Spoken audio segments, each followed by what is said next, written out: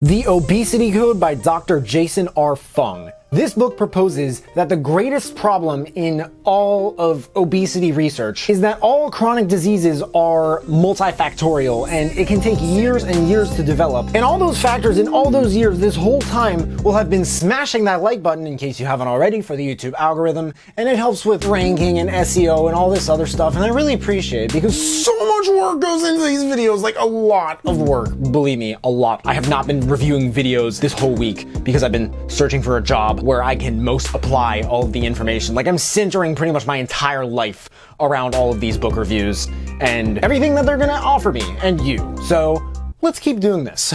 By getting back to those factors in those early years, and they'll state that it's just a really fucking dense jungle that we're trying to walk through here, just to figure out the simple cure for obesity. Part 1 explores the timeline of the obesity epidemic and its contribution of the patient's family history, and it shows how both kind of shed light on the underlying causes. Part 2 reviews the current caloric theory in depth, including exercise and overfeeding studies. Part 3 introduces the hormonal theory of obesity, a robust explanation of obesity as a medical problem. Now, a lot of this may sound boring to your typical non-health nut. I'm definitely not the typical health nut myself, but I kind of get books like this on occasion to sort of learn a little, at least, about the management of my own body and energy. And what's exciting to me, at least, one of trillions of things, is the idea of America, let alone the rest of the world, losing a ton of weight and just getting in shape. Part 4 is about how obesity theory kind of explains some of the associates of obesity. Why is obesity associated with poverty? What can we do about it in children? Part 5 is about what the fuck is wrong with our diet? It's basically what it's about. Part 6 is about the long-term solution that we're trying to look at here. The author begins part 1 by asking why fat doctors exist. He says, we tried all of these different things in the 1900s, and as things were getting so much worse, for some reason we decided to take the advice of doctors and the government and schools, and we keep getting fatter. And why? This guy, the author Jason Fung, has a very sarcastic writing style, I'll put it that way. Not really the type that criticizes readers, but rather large groups of people who have wronged the readers. This obviously includes talking a lot about misconceptions and myths. Like, a lot of people think obesity is a calorie problem, but in reality, it's way more hormonal, and he explains why. He explains that the body has multiple systems in it that regulate weight. It seems this is all a more multi-dimensional approach to weight loss and obesity self-treatment. The next chapter is about how calories and weight have pretty much nothing to do with each other, and how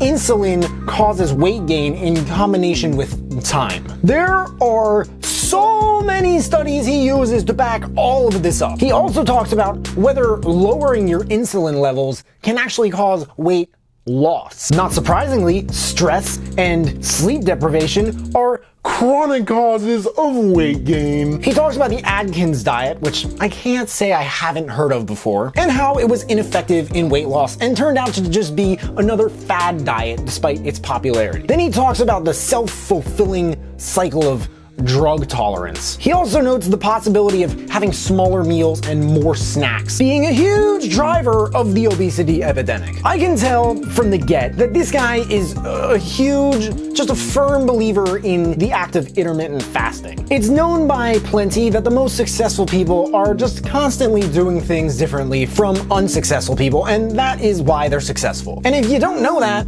well, now you know. This book, I think, really talks about all the things people do wrong that they think are right. But then it talks about all the things they could do right instead. And I hate to use the word whiny because this book is put together so well in so many ways, but for lack of a better word, there's a whiny tone in his writing style, I'd say. However, Jason Fung, again, does deliver and lay out solutions here. Not really trying to discredit that. In the next chapter, he talks about the links between obesity and poverty, and of course mentions the insane book I just reviewed called Salt, Sugar, Fat by Michael Moss. And after explaining the differences between types of diabetes and obesity, then the whole fructose glucose crisis, finally he talks about the solution. And of course, also misconceptions on what people think are the solutions, like artificial sweeteners in diet soda. This guy is basically just hammering into the listeners' or readers' minds that insulin is more than anything what causes obesity, and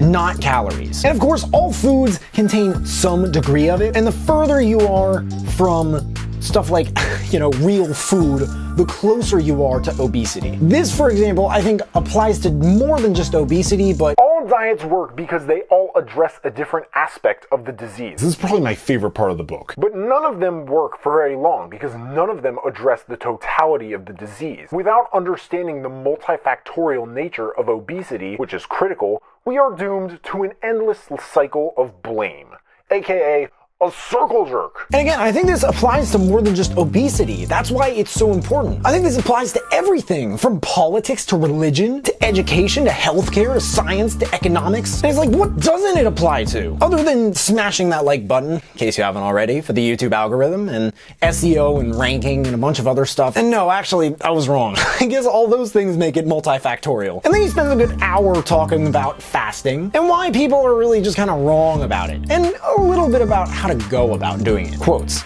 eating more does not make us fat. Getting fat makes us eat more. Nobody makes money when you eat any less. If we were meant to graze, we would be cows. There is nothing new except what has been forgotten. Direction 1. I recommend this book for...